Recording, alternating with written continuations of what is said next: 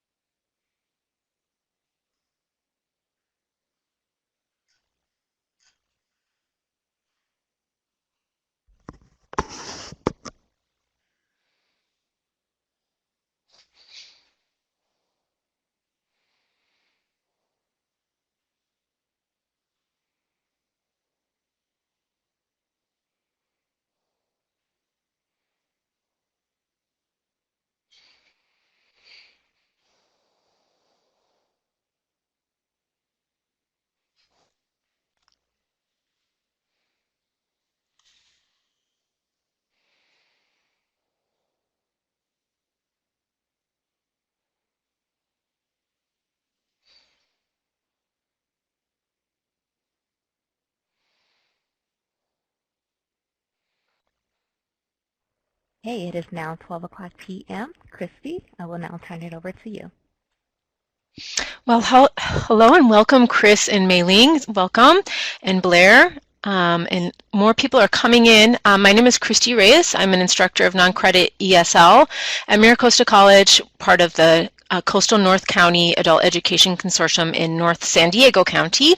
And I am also an OTAN trainer, so I'm not sure if you've heard about OTAN, but it's a great resource for technology, integration for adult ESL to learn all kinds of things. Check out the website if you haven't heard of it before. And we're going to go ahead and get started with some introductions. So in the chat pod, if you could just take a moment to introduce yourself. We can kind of see your name, but if you could let us know your consortium or your location for working, if you're an administrator or a teacher, and if you are a teacher, what you teach. So I'll give you a few minutes to do that while some other visitors enter the Connect room.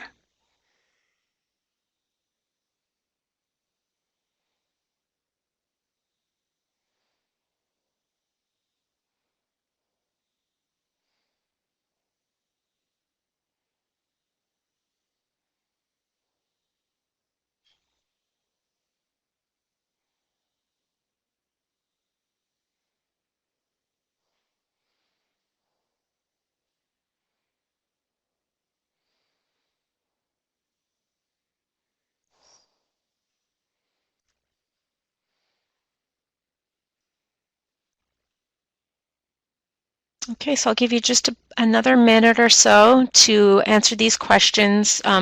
Introduce yourself.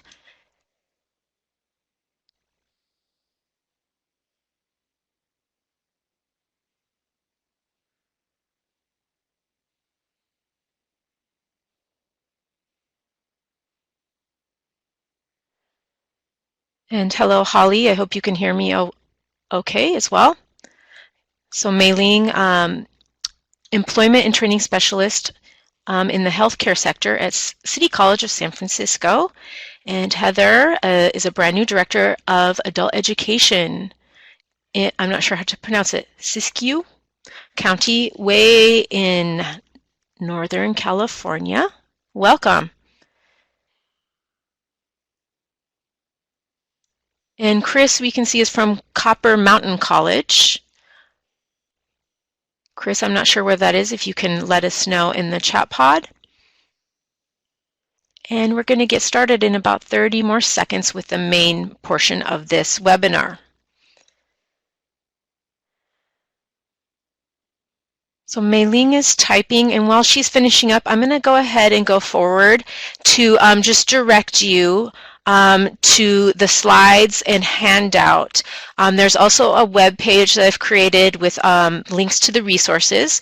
So as you can see in the resources pod where it says PowerPoint and handout, just below where you see the PowerPoint slides, you can download the PDF and this PowerPoint as well for your future reference or sharing with teachers and administrators at your site.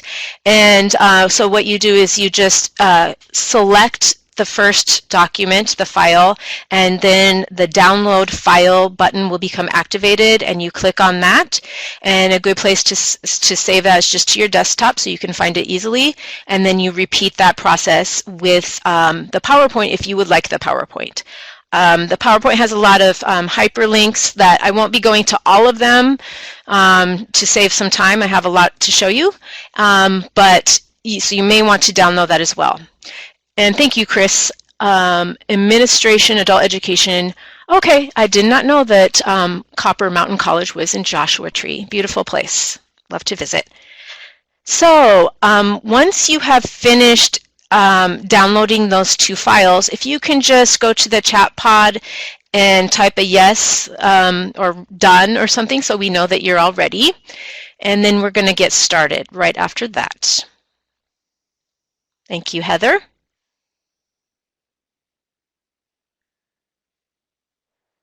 Thank you, Melinda. So Chris, Holly, and Mei Ling, if you okay, thank you, Chris, and Mei Ling and Holly, if you can just let us know. I'm going to go ahead and go forward, though.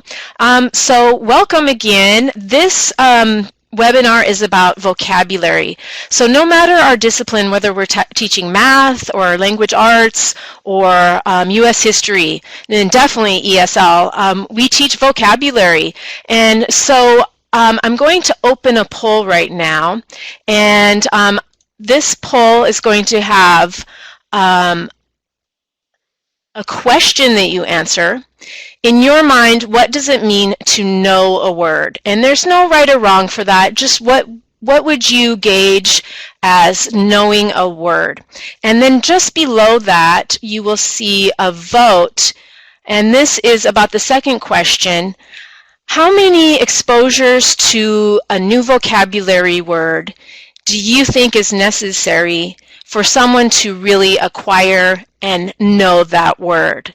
So if you can answer both questions first by typing in any answer that you can for the first question, and then it's just like a chat pod, and then vote on the second pod there, number of exposures. Okay. So someone just entered, knowing a word is to understand its meaning, uses, context, and nuances. And that can come to, you know, the denotative and connotative meanings of words, that you can understand, that you can use the word in a sentence, ditto, and that you can use it in conversation.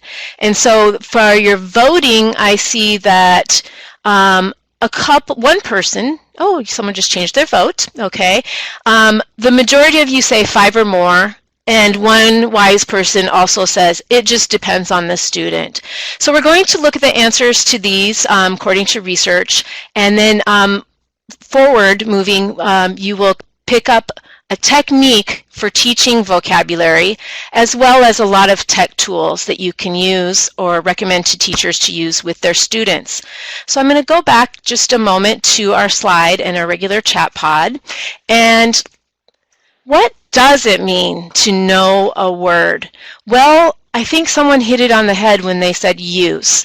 There is a difference between receptive knowledge, meaning that when our student hears a word or reads it, has a basic general idea of what the word means, versus what we probably really want students to be able to do is to have productive knowledge, to be able to use the word correctly in their productive skills, in their writing, and in their speaking. So this technique that I'm going to share hopefully will show you that it takes a lot of planning. You can't just pop into your class and be prepared well to get students to be able to produce vocabulary. It takes a lot of practice. So yeah, what is productive knowledge? So you can see from this list, to truly know a word is to truly know a word, to know it inside and out, to know its form, meaning, and use. So for our non-native English speakers, pronunciation is important. A website that is very clean and simple to use is How'dya and so students could hear the pronunciation of words that you are teaching them that way. To know its spelling. So again, this English is not the easiest language for spelling rules and whatnot. So a website it's popular in K through 12, but I like to use sometimes with lower level ESL students, adults, is Spelling City. But really knowing a word means to know not just the root form, but prefixes and suffixes, the different forms, singular, plural, inflections, and how a word contains the basic meaning, but it can change the part of speech from a comparative to the noun form and so on. Associations and synonyms are important, so I always have my students look up 2 or 3 synonyms and 2 or 3 antonyms for words, and I have them use thesaurus.com. Then we have something called denotative versus connotative.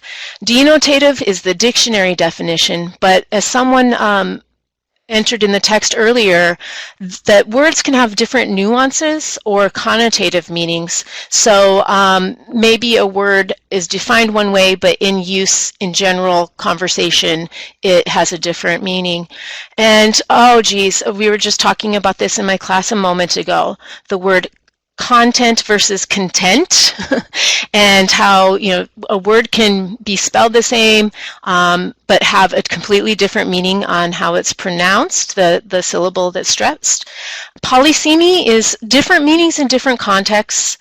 Grammatical function, part of speech, is important for our students who are learning English. Collocations. So I know that non-native English speakers often have difficulties, depending on their first language, but on make versus do, or prepositions that are used with certain words, like interested in. So there is a great site called Just the Word, where you could type in interested and it would show you all the collocations, or you could type in make and it would show students the differences of when to use make and not do. Register is important for our students, for our Generation 1.5 students, those who are, termed second language learners, but really they are fluent in English, but they may be missing the CALP, the cognitive academic language proficiency. So helping them know that, yes, while we use guy, the word in our daily conversation, for more academic writing and speaking, they should use a higher register of a word. And frequency, which I'm going to talk about in a moment. If a word is used frequently, or if it's really not a frequently used word, we probably don't need to spend as much time on getting students to move that word into their productive knowledge. So looking at this list, you can see that teaching vocabulary takes some preparation outside of class as teachers. So what percentage of a text do students need to know in order to read the text with support? Well, there's something called the 5-figure rule. So if you have a text and there are 5 pages on the page that students may not know, that would probably be at the right level for them. If there are more than 5% or more than 5% of the words that students won't know, you've probably selected a text that you're going to have to front load with a lot of vocabulary teaching. So for extensive reading, reading for pleasure, students should know about 95% of the words on a page with some vocabulary instruction. For 98% without support, then that is a text that's, just right at their level. For intensive reading, which a lot of us actually do, is reading with an effort, reading to be challenged. Students should know about 90 to 95%. Now, there are some tools like the Lexile range that you can use to find the level. For adult ed, it doesn't always correspond well, so that 5-finger rule can be very helpful. But if you predict that students will know less than 90% of the words on a text, it's probably too difficult. So on my handout that I provided there in the PDF just below where it says resources, there are a couple of resources that I like to use. I like to use authentic text, not always just sticking to a textbook, but sometimes if I see something on the internet that I think would be of interest to my students and is of interest to me and fits within our learning objectives, I may see that it's a little bit harder vocabulary-wise than what the level of my students are at. So there is a tool, Text Compactor. For any sort of site or text, you can put it in and there's a sliding scale that you can simplify a text. So it's going to take some of those harder vocabulary words and maybe simplify. So just to let you know, that's a resource when we're talking about this. So to answer that question, how many exposures? Our votes were towards the higher number of exposures, and one of you rightly said it does depend on the student. So the research is all over the place, but we do know that if you expose a student to vocabulary that you want them to retain, to remember, to be able to use, one exposure, the student's retention rate is probably only going to be 5 to 14%.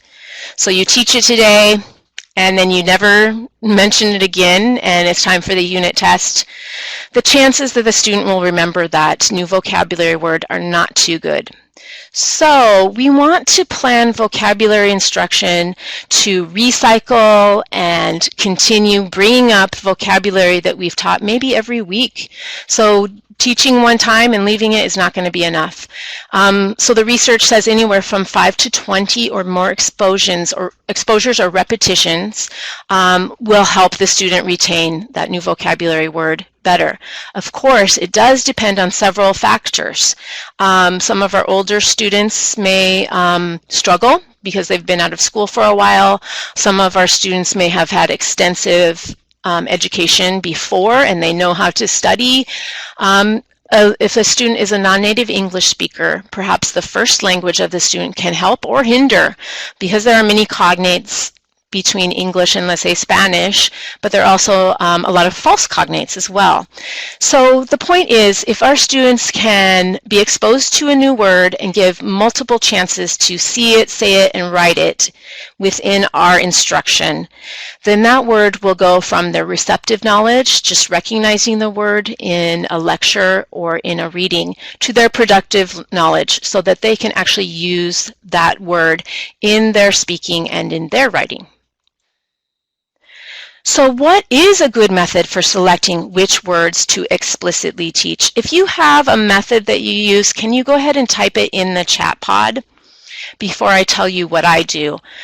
When you have a new unit or a reading, how do you select which words you're going to draw students' attentions to and maybe include some activities in your lesson planning to help students better understand that word?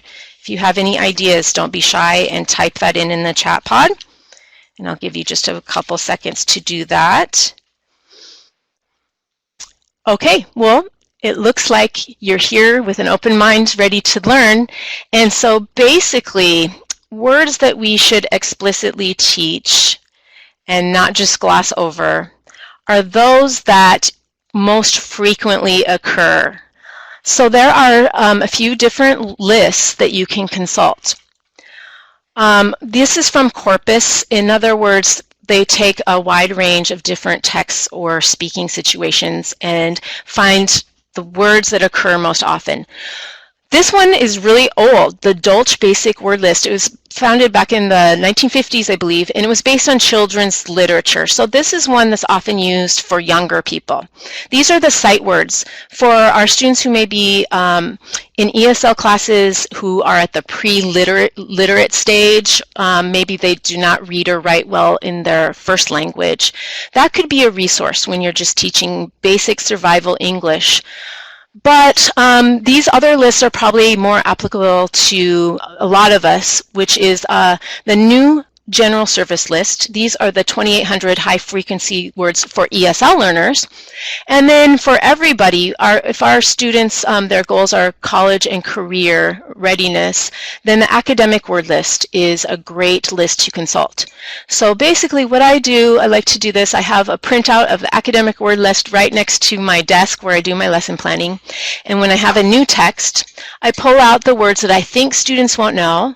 And if they don't know those words, then I look to the academic word list. If it appears on that list, I know I need to teach it because I want my students to realize their goals with their education, which is to get a better job or to prepare for a career or to get a college degree. So the academic word list is one that I highly recommend. There is a newer version which has 968 words, but these include words in the word families as well. So I highly recommend that. It is listed on the handout, but you could always do a Google search and find it easily. Another way to look at how words for your selection for explicit teaching is often referred to as the 3 tiers of vocabulary. So this comes from Common Core, which translate to us in adult ed as the college and career readiness standards. So tier 1, this is the low-level ESL, common, known, everyday vocabulary words are usually what we're working with at low-level ESL learners classes. Tier 2 would be the academic word list. So words that appear frequently in college texts are on the academic word list, and students need those if they're going to continue into higher ed.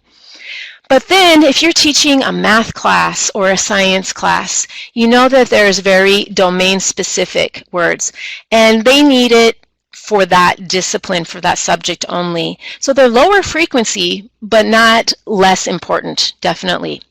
So that's another way to look at how words you should select for explicit instruction. There are words that you may want to leave to incidental learning, or what we call gloss, just give a quick definition. If you feel comfortable, if anyone would like to type in the chat pod, I'd like this to be as interactive as possible.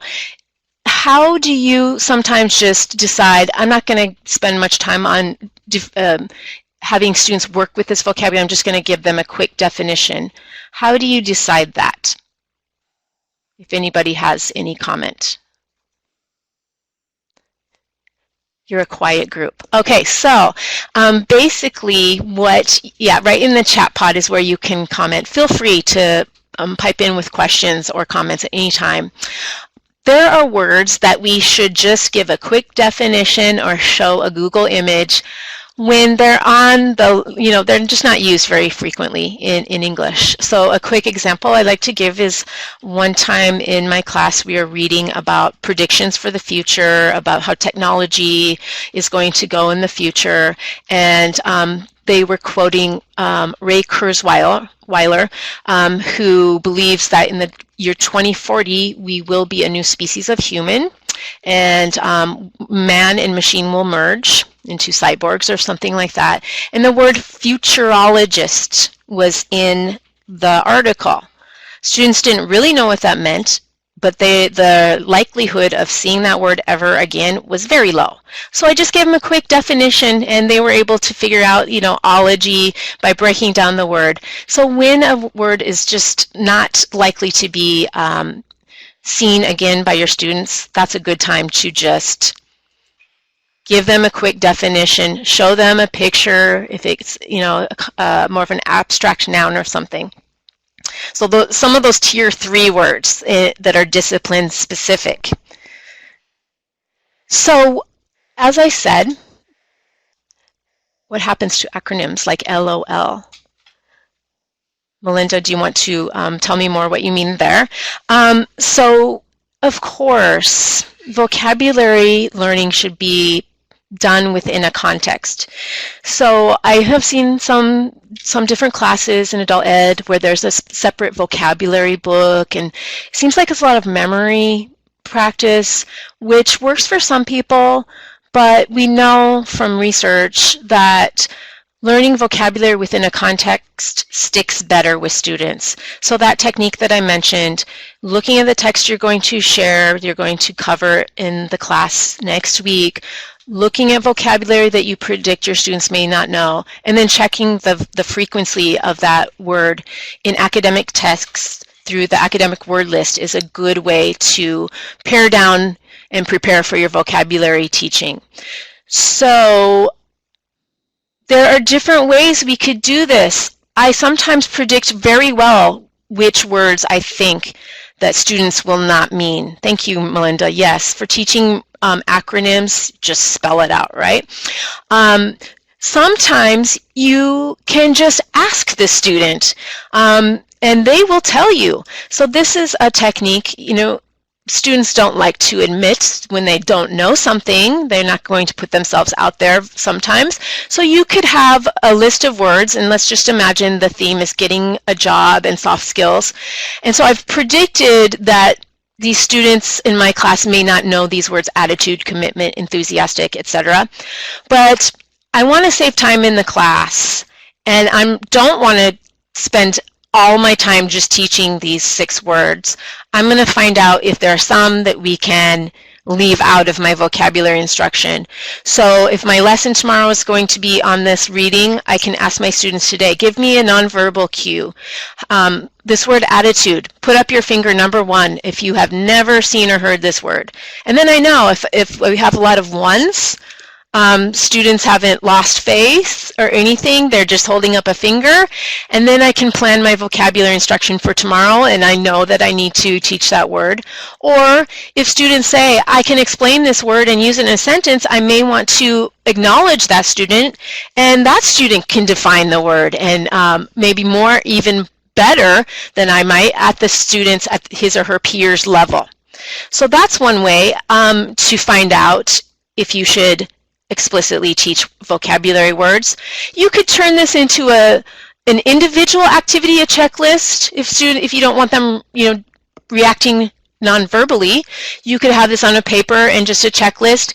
It could be individual, or even better, why not make it social? So you have your students and maybe you have mixed levels of ability in your classroom, and you can strategically group students, and maybe one student has really excellent high-level vocabulary.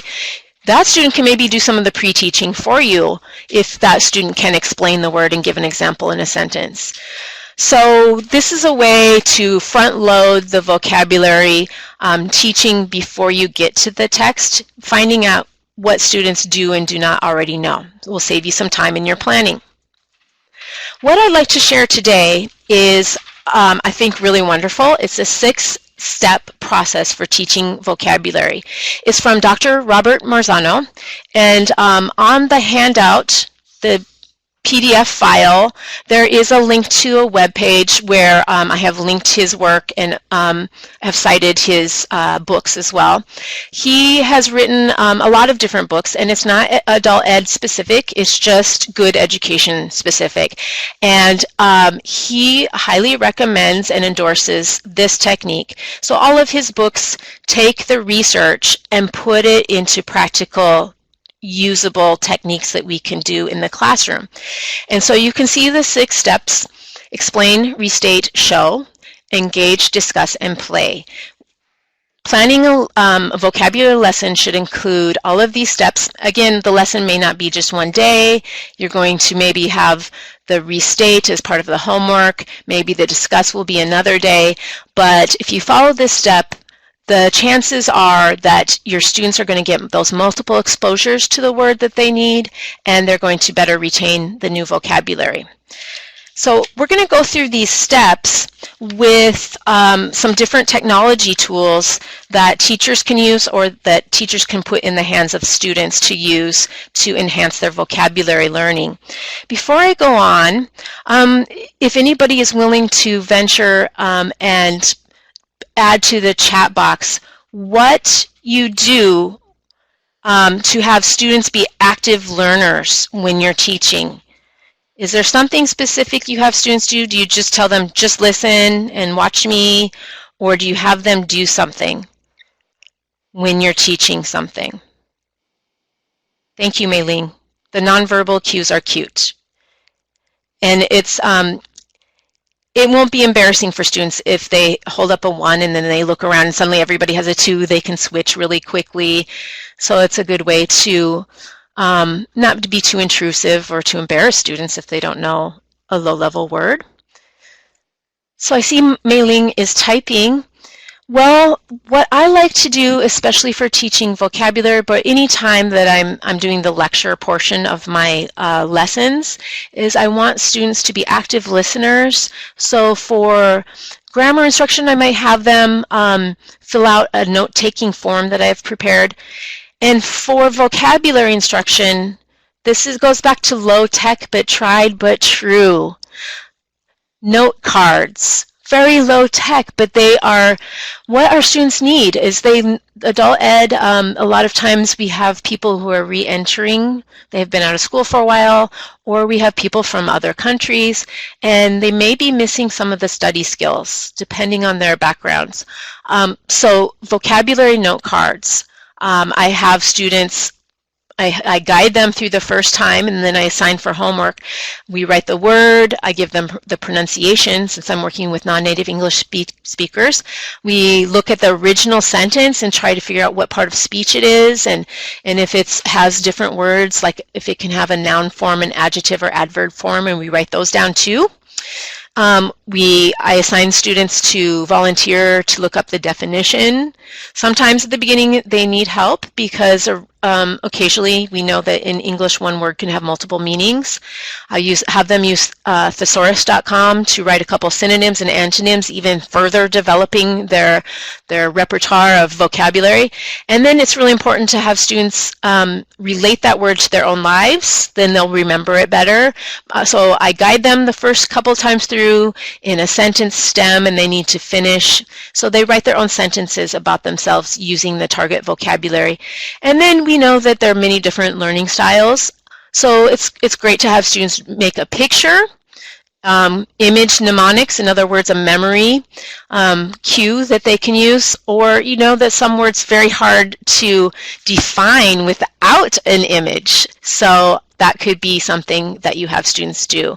So I also told them, we don't just write this down once. I want you to have these index cards in your pocket anytime you've got a break at work or a break during school, or you're on a bus. Pull out those index cards and study. So we need students to be active listeners. So this is what I like to use. So the first step of Dr. Robert Marzano's 6 steps for vocabulary instruction is explain. And I like what Mei-Ling wrote here. Sometimes explaining requires a bit of physical activity on the teacher's part. So interacting, using your body language, gestures, etc. May be necessary to explain. Is there anything else that anyone does when they have a new vocabulary word that they want students to understand, how you explain it? Anything else besides what Mei-Ling said?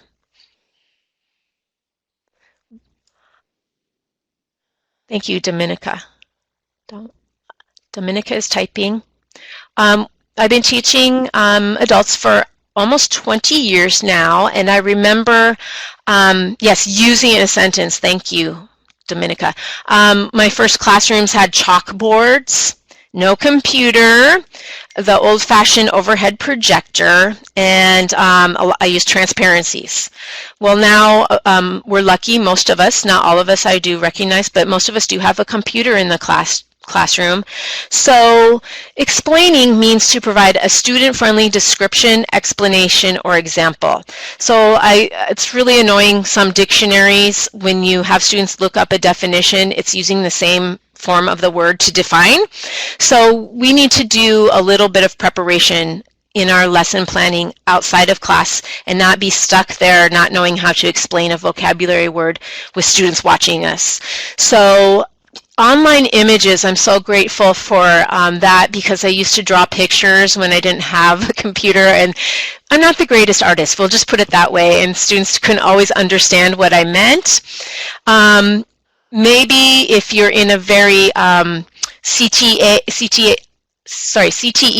career technical area where students are using machinery and things, a cell phone, pictures could be helpful. There are many picture dictionary websites for ESL. And I don't know if you know what GIFs are. I imagine you do, but maybe you're not familiar with the terminology. But you can make these. So sometimes if you're needing to explain an action, you could show a YouTube video, but maybe there's only a little part of the YouTube video. So a GIF is just a very small animation that you can, on the handout that I provided, there are a couple of places where you can import a video and clip it, so you just have a little piece of the video for a GIF. Comic strips or slideshows, and of course, I always try to relate the vocabulary to current events so that students can keep up with what's going on in the world, but sometimes I will use a student, what I know of that student, to create an anecdotal story or ask the student to tell me their story and relate the vocabulary to the students' lives any way I can. For technology, the door opens much more for how we can explain. So this website, if you can type a yes if you have ever heard of this, it's called Thinglink. You can go there and search for many different entries, but the great thing is, with a very free account, you can go ahead and create a scene, it's called. So this screenshot is an example. This would be low-level ESL, but you can see I saw a scene that was the parts of an eyeball. So if you're in the sciences, you can use any sort of image. What you do is you create an account, and you upload a picture, and then you can create these little hotspots on the picture, links. Okay, so for example, on this picture of the house in the bathroom, there is a video that has been linked right there that talks about all the bathroom vocabulary. Or maybe a fireplace, I could put a link to having students read about how to be safe with fireplaces in the house, just to give you an example. So you upload an image and you can create kind of like hotspots on the image that will take the student to different resources online where they can do more reading, more listening, they can get a more precise definition of something more particular in an image. It's a great site. I highly recommend. Fairly easy to use. Another way you could explain is by videos. There's been a movement for the past several years to flip the classroom. So flipping the classroom, if you're familiar with that, means having students do reading and listening to lectures and things they can do individually, doing that online, so that when they come to the classroom, they're ready to communicate and ask questions and work in groups. So I like to create short videos that have a picture and me telling a sentence about each picture for the vocabulary I'm going to teach. So you could make a narrated PowerPoint slideshow. So you just click on in PowerPoint record slideshow and you talk over and it saves your timing. And with the version 2016 of PowerPoint, Actually, I'm not sure if it's 2016. The most recent version, there is an option to export a narrated PowerPoint show as a video.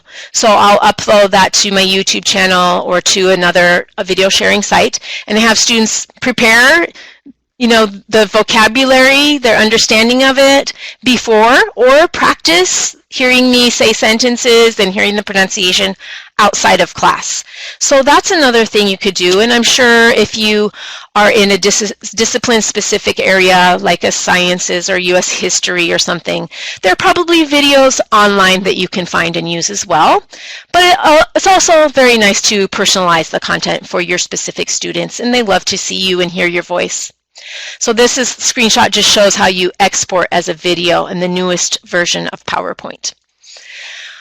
The second step that we need to have students do after we have explained new vocabulary, whether through images or anecdotes or stories or whatever, is to have students restate.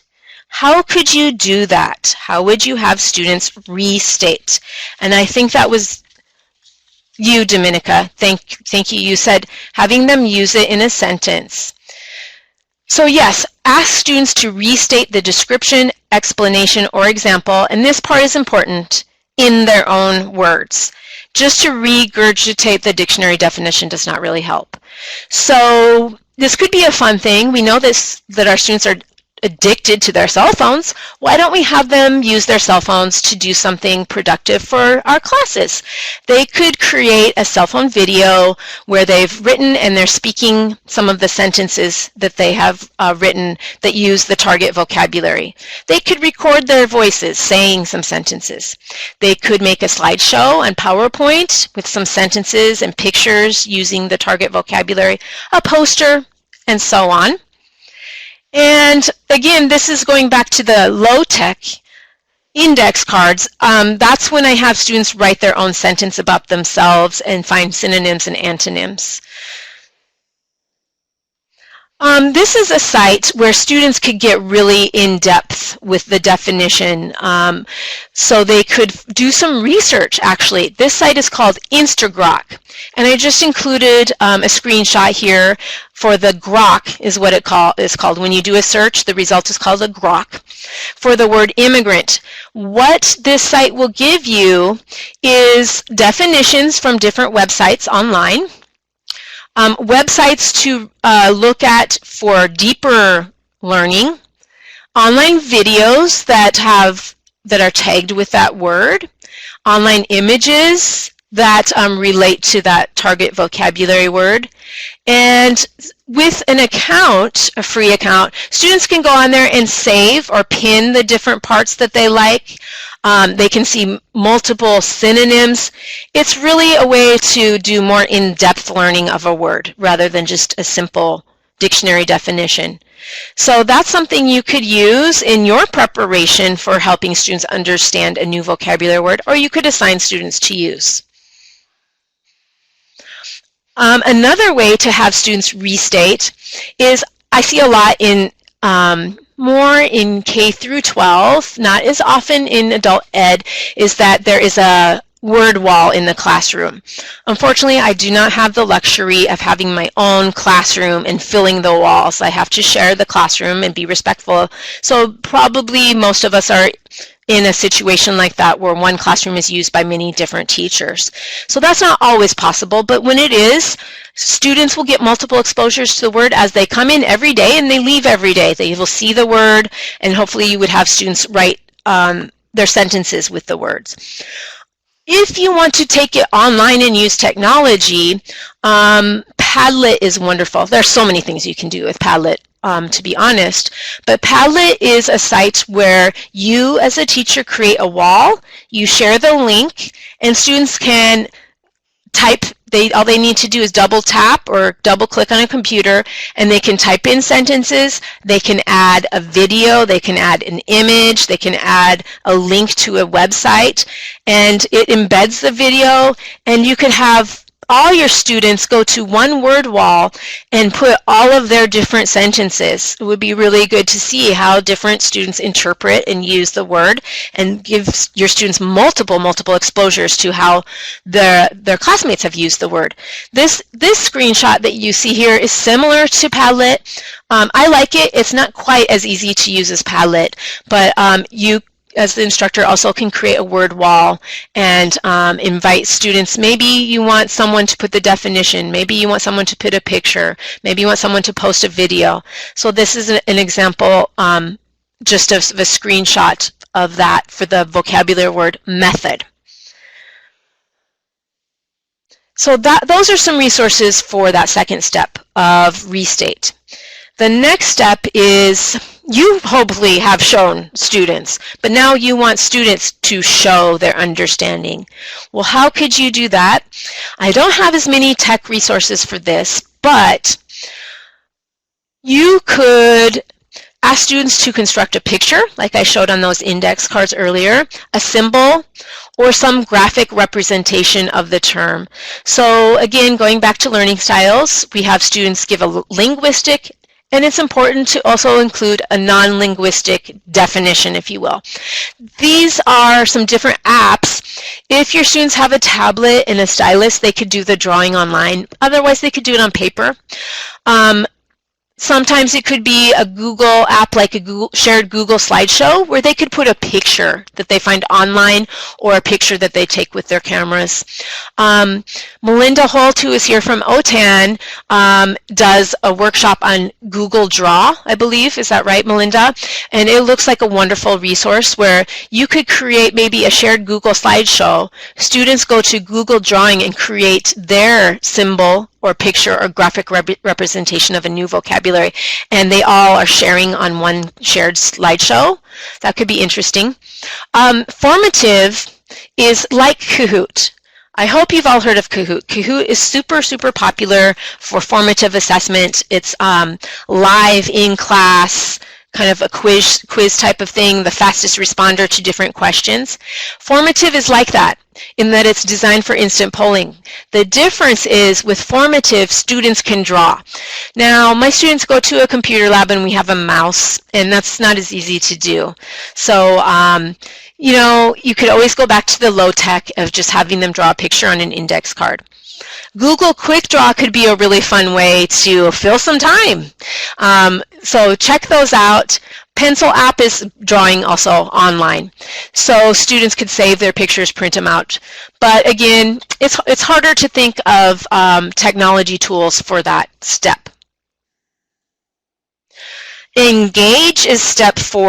Oh boy, there are so many things. There are just lots and lots of things we can do to engage our students.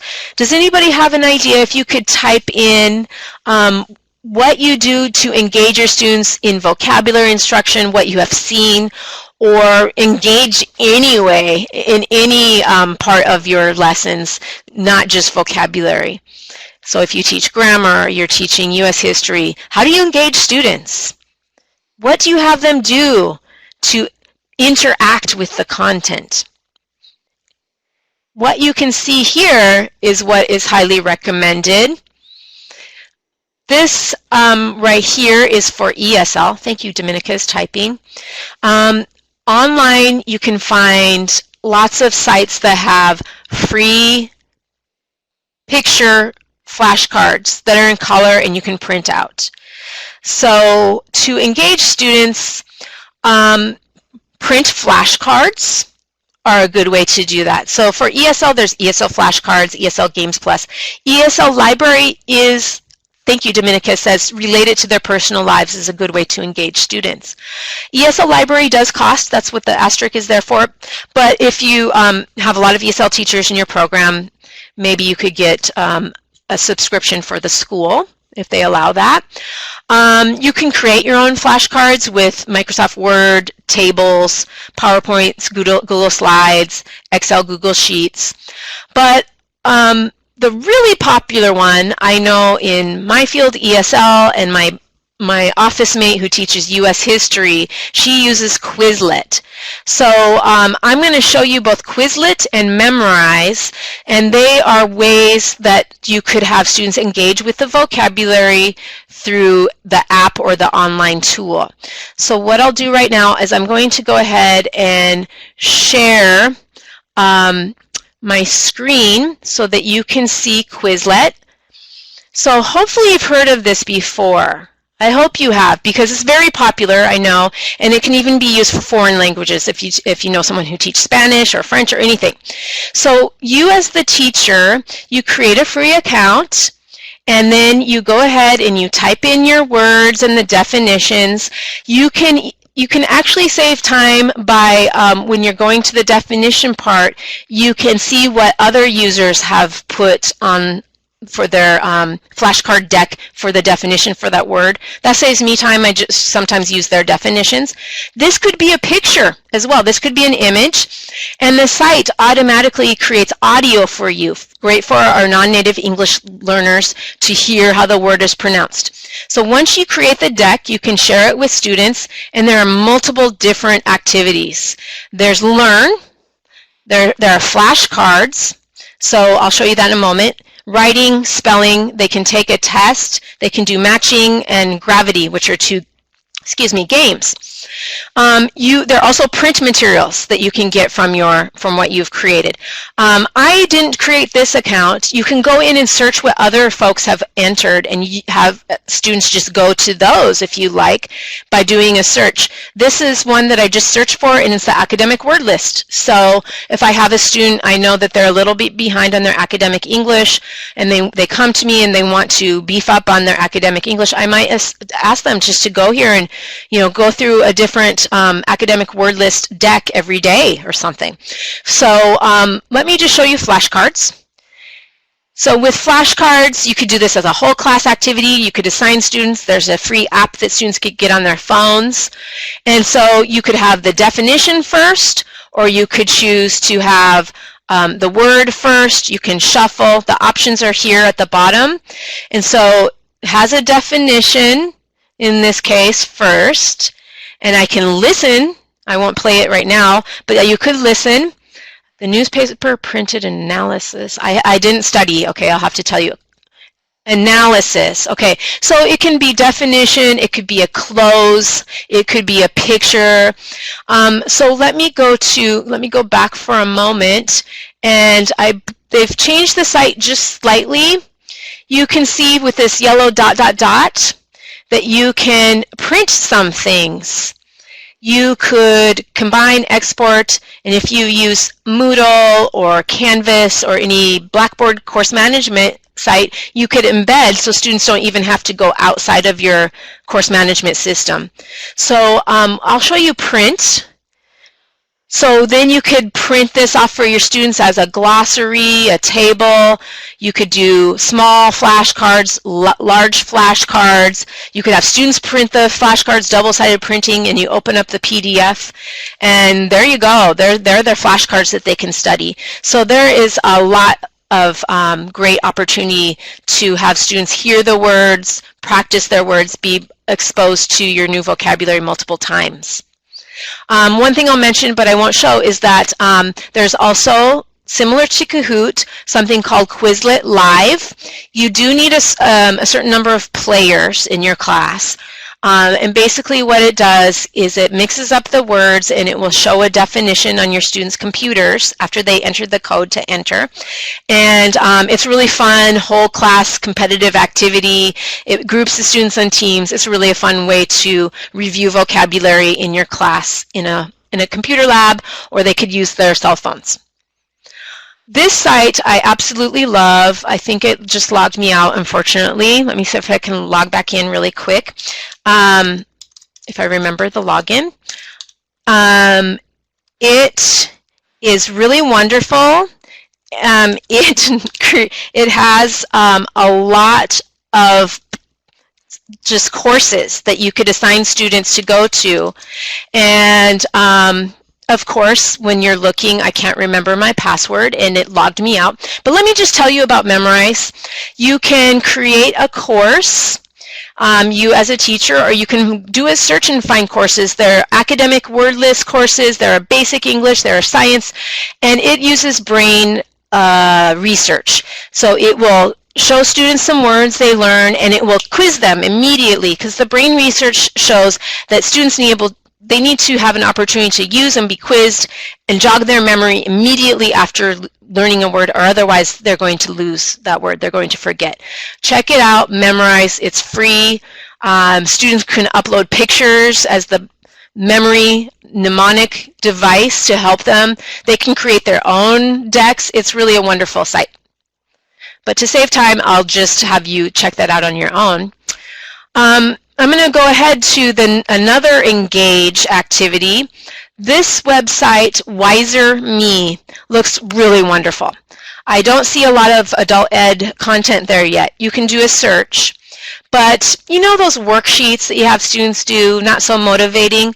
Well, our younger generation, they like to use their cell phones and technology. So you could take those worksheets and put them online, but they're a little bit cooler. They look like a hyperdoc. In other words, a Google Doc with lots of things embedded and things for them to do. It looks really fun. This is from like a English 9. It must be a high school class. And the teacher created this interactive worksheet. So vocabulary matching, notoriety. Let me see. So I'm going to click here. Notoriety. Let me check my memory. Notoriety. Let me see. I don't see it. Condescend, I know. Condescend is to, so there's a matching activity.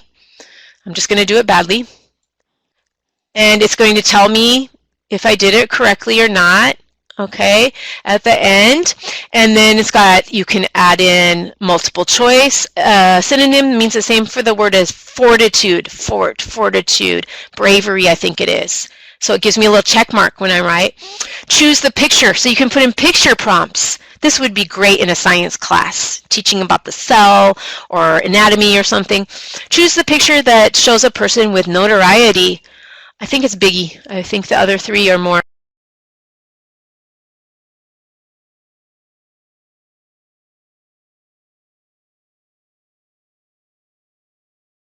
famous for doing good.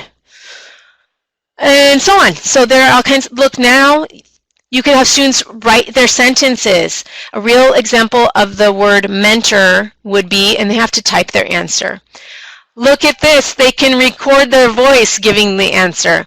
Close activities, so many things they can do on this. It looks like a really more interactive, engaging way to do worksheets, vocabulary worksheets.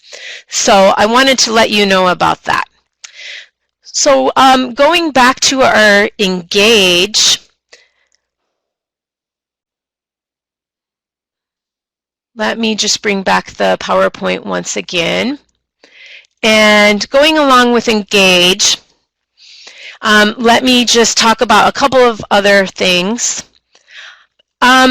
So with the consortia, my community college, we joined with a couple of adult schools, and they sort of just gave over their adult ESL and high school classes to us. So some of those classes are out in community centers and in middle schools where the teachers can't even touch the equipment. They're not supposed to use the computers. So this is a really underused resource out there in the communities where people don't have access to computers, or their students don't have access to computers, is QR codes.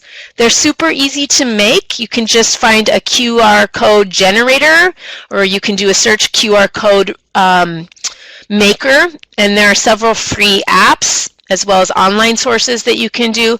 And a QR code is what you see there on the bottom right.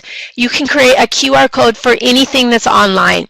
It could be a YouTube video. It could be a very long URL. We know that when students try to type in a long URL, it never takes them to where you want them to go.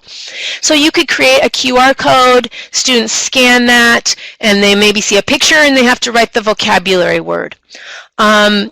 Another site, if you wanted to have students hear the pronunciation or hear a sentence using the word, Vocaroo is completely free, and it will create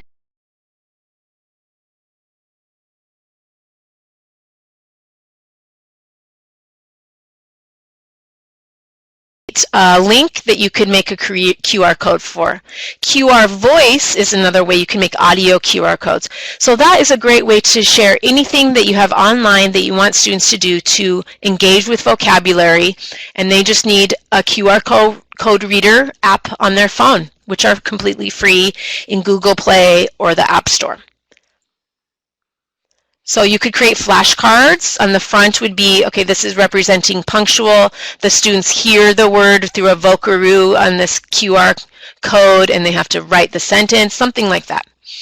These are other types of worksheets. You could create your own, but if you do a search, you can find many for your discipline, I'm sure. This is a great way to have students engage with vocabulary by comparing and contrasting, categorizing, classifying, labeling, diagramming, and so on. And then for language learners, they say one of the #1 ways to assess whether or not a student has moved a vocabulary word from receptive knowledge into productive and really retaining the vocabulary is through cloze. You can see C-L-O-Z-E. We usually call it fill in the blank, okay? But you could take a paragraph and go to the free version of this site, Learn, Click, Cloze, Quiz Creator. Paste in your text, click on the words you want to remove, and it will create the PDF cloze with the words you've removed will be in the word list. So this is free. There are 7 different question types with the app. To unlock all the resources is not free. It's $29 a year for subscription, and then what you get is a whole lot more. But I remember when I used to create these, fill in the blank or cloze assessments or activities for my students, I'd have to click on the word, delete it, space to draw the line. This will make it a lot faster for you, and it's a nice clean PDF at the end. With the Learn Click, I'll just show you, with that subscription, you can create a lot more. You can create all kinds of questions, like not just cloze, but multiple choice, short answer. They have to type a sentence, mix and match. As I said earlier, 7 different activity types. And then students, you can see their statistics, who's doing well, who needs more help, which question they all got wrong, and so on. That's a Wiser Me again. That's completely free. Another way you can have students engage, if vocabulary is really a huge part of your discipline, is I feel like sometimes we in adult ed, we work too hard. Let's put some of the work on the students.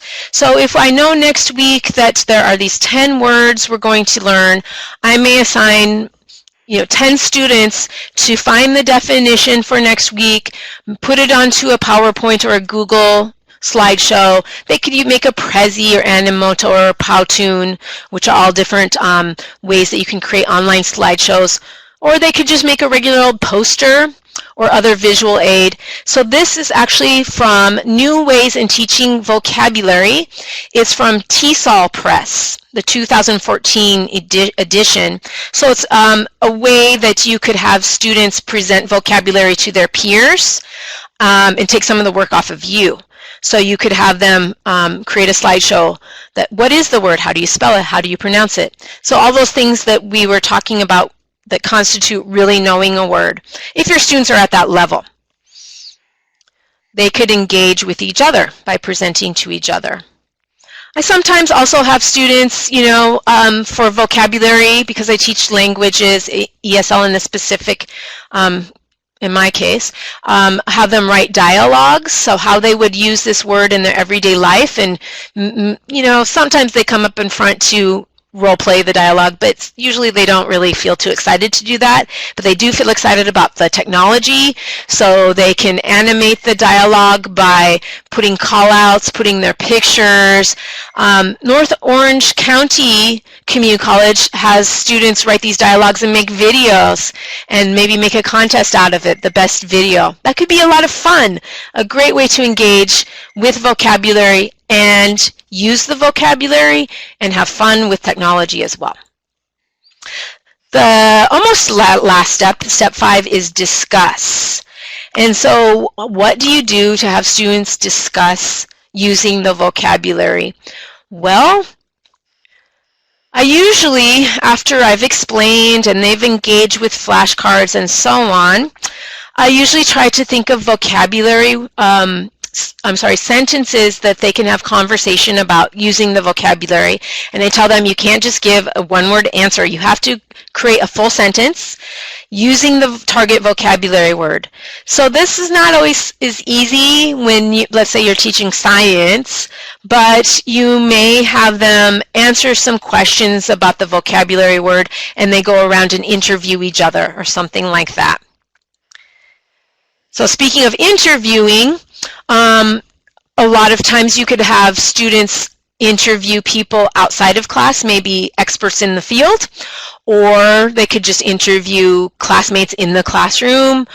And our students need more than just literacy and computer literacy, but they also need this visual literacy that, reading graphs and charts, we know that's a big part of CASAS testing for sure. You could have them take their data from their interviews and create a graph. I'm admittedly very bad with Excel. I only know very basic things, but once in a while I teach that. Google Sheets is the equivalent free Google Suite product. I like this site though because it's so simple. So if you don't feel like teaching Excel or Google Sheets and you want students to create a graph, this is from US Gov. It's called Create a Graph. It's designed for kids, but it's fine for my adults to use this. And it has these separate tabs. The students first need to figure out, so this goes to that visual literacy and knowing what sort of, am I going to use a bar graph, a line graph? What's the best way to depict their data? And they just go through, they don't have to create an account, they just enter their data. It takes them through these steps on the tabs. And there's even a tutorial on the site. And then they can print out this, this nice graphic to show their results.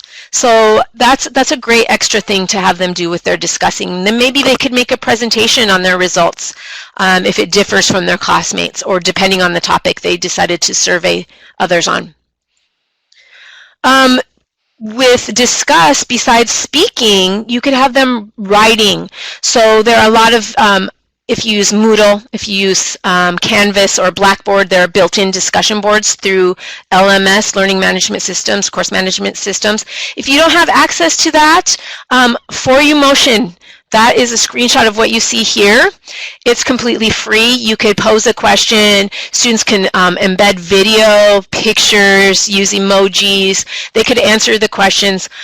So I've been using discussion boards in Canvas, and I think if you've ever used discussion boards, I think the really beautiful result that you will find is that students that you don't know or if they're engaged at all in the class because they're so quiet, they come alive online. So it's a great way to practice their writing using the target vocabulary online. And there's Google Hangouts. I haven't quite gotten to that point in my teaching yet to do video chat or a webinar with my students, video conference, but those would be other options for students to talk using target vocabulary. I really love this one. It's great for ESL. Linked. It looks a little bit different now, but if you're teaching vocabulary and you want to assess on students speaking and listening, especially, you could use linked. You can put text prompts for questions. You can put audio prompts. You could put in a video. Students can enter their responses by text, by typing in, or they could also respond with their voices, recording their voice within. Then you can listen and give text feedback to students or voice feedback to students on their responses. Finally, we come to the last step. The last step is play. Do you like to have games in class? Type yes or no. I'll be honest, I'm not a big game person, but students every time tell me they like that part. They're adults, but they need to have some fun in the class. And so I put this picture reminiscent of when I was younger. You remember this game show, Celebrity Squares? I think they tried to make a comeback. It didn't quite come back as well as it was so popular in the 70s, but there are so many games you can have students play to practice vocabulary. Password. So there's a template that I have online that you can see through the handout, or if you downloaded this PowerPoint, you can click right there, the hyperlink. It's not mine, but password is a fun thing you could do. You have one student come to the front, they have their back to the board, and you're projecting a word. And then this template has a countdown that goes automatically. It's not doing it now. It has a 1-minute countdown. And so here's our target vocabulary. The students who are facing and see the word, they have to just say a word. They can't use gestures or anything. So they may say adult. They're just giving words, and then the student has to, who is playing the game, has to give the word. It could be a team competition or just a review, fun review when you have a few minutes left of class. So now you can see the timer went a little bit responsible and so on. Of course, online you can find Jeopardy templates, other game show templates that you put into a PowerPoint. Those are fun, but they're, maybe something you want to try is to save it online. So there are several sites like that. eQuiz Show, Flip Quiz, Jeopardy Labs, Jeopardy Rocks, Super Teacher Tools. They all have online game shows that you can create. Maybe next time you add some words or take out some words, but you don't have to redo it every time. Yes, and Andrea asked about the PowerPoint.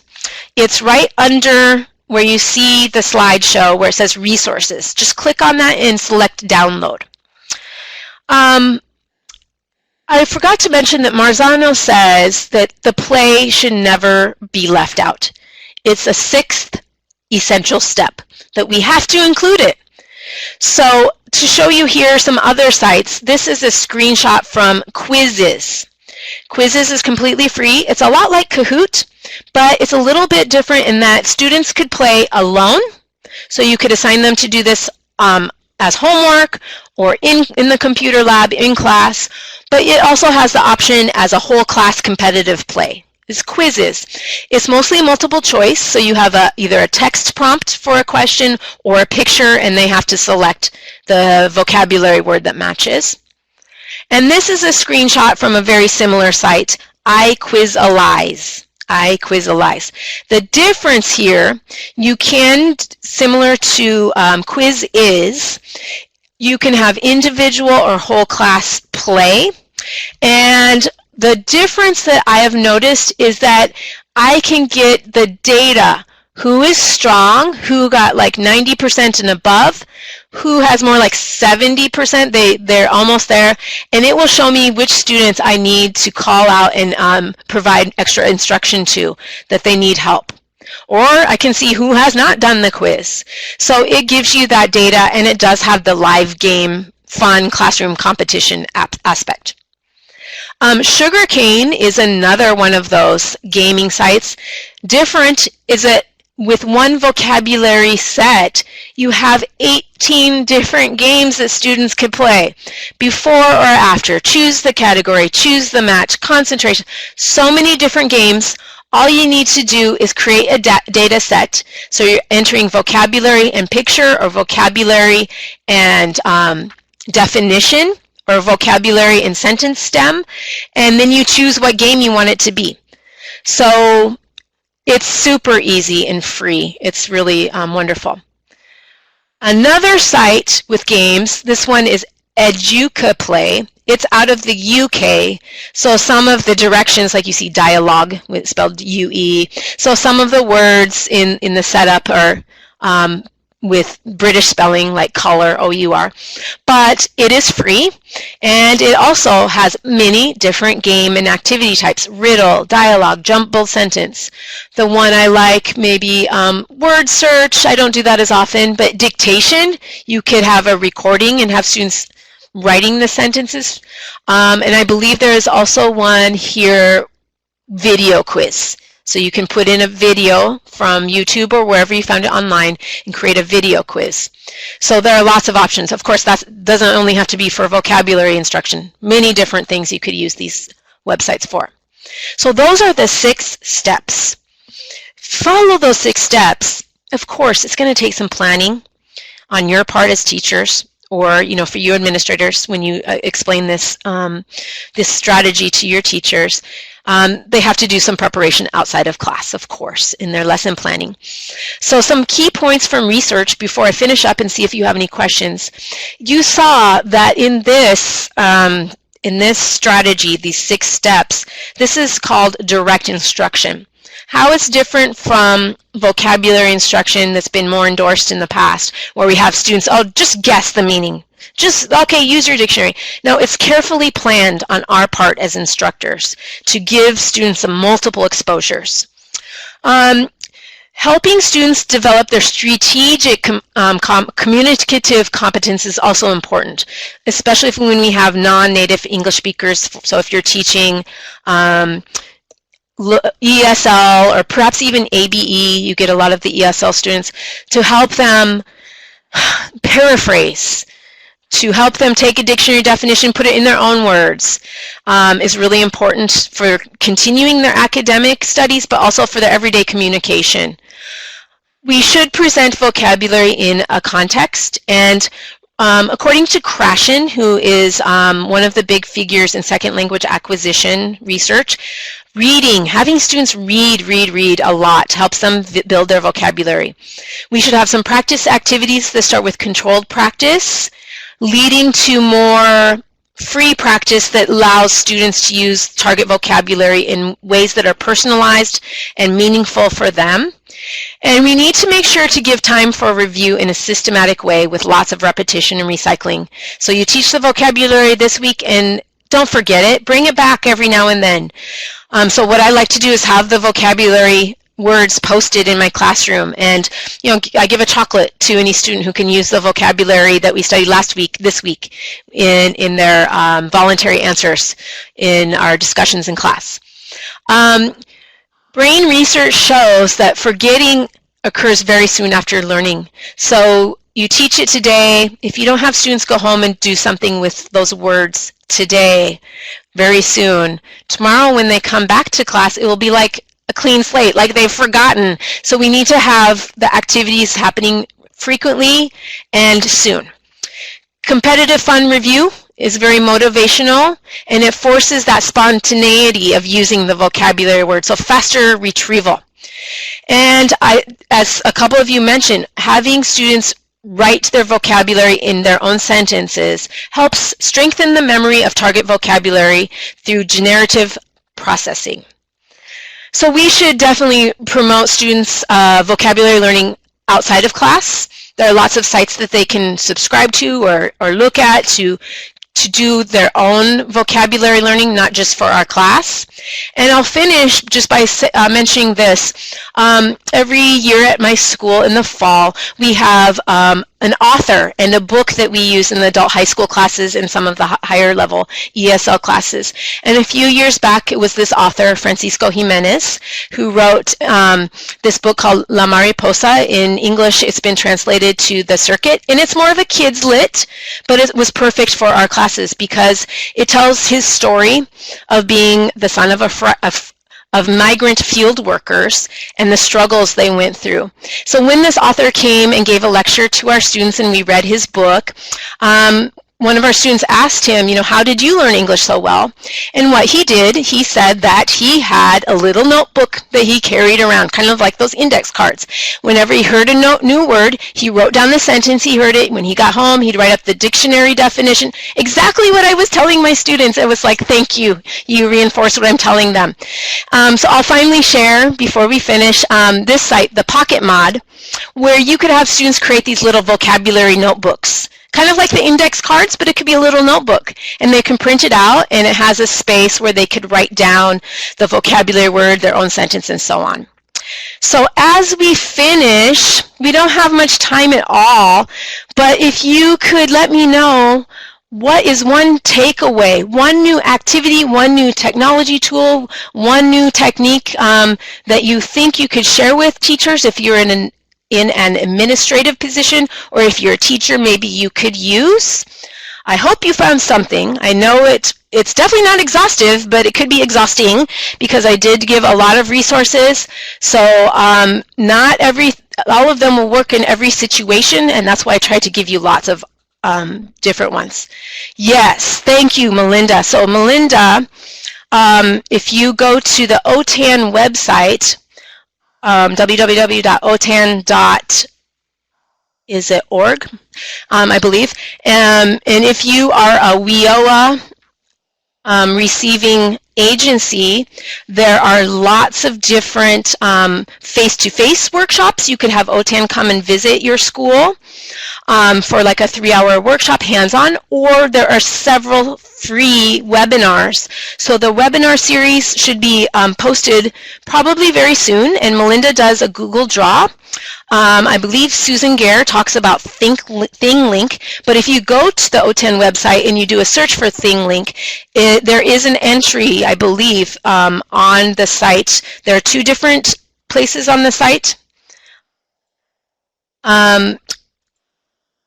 You can check out teaching tools and resources, web-based class activities, as well as the teaching with technology. So they show you how you could integrate a lot of different tools, of course not just for vocabulary learning, but for adult ed, whether that be adult high school, adult secondary, or ESL, or CTE as well. So thank you very much for your time today. If you have any questions, go ahead and ask now. I think we're almost over our time. Thank you very much, Chris.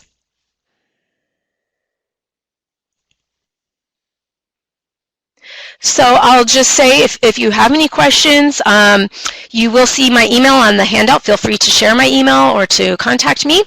Otherwise, I believe that Veronica will now close out the section. Teaching vocabulary with technology. As Chrissy stated, please fill out the evaluation. In addition, we have some upcoming webinars, with the next one being on Friday regarding engaging employers effectively with the mission of adult education. I'll type in the link to register for our upcoming webinars, and we hope to see everyone soon. Thank you so much.